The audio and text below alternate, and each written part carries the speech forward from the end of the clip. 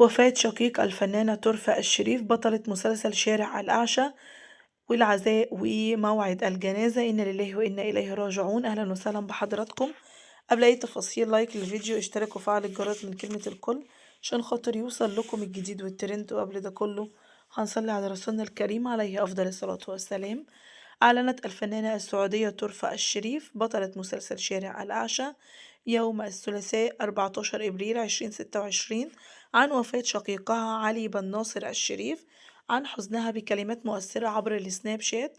وأقيمت صلاة الجنازة في مسجد عبد الله ناصر المهيني والدفن في مقبرة الشمال، حيث توفي علي بن ناصر الشريف شقيق الفنانة ترفة الشريف اليوم 14 إبريل 2026.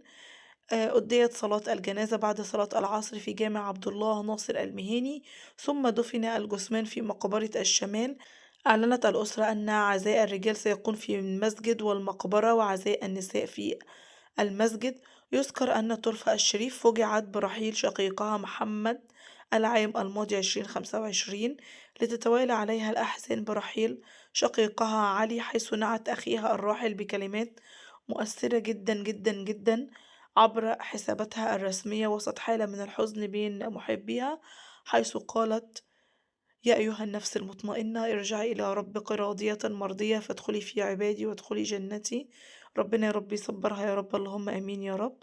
انتهى الفيديو مع حضراتكم.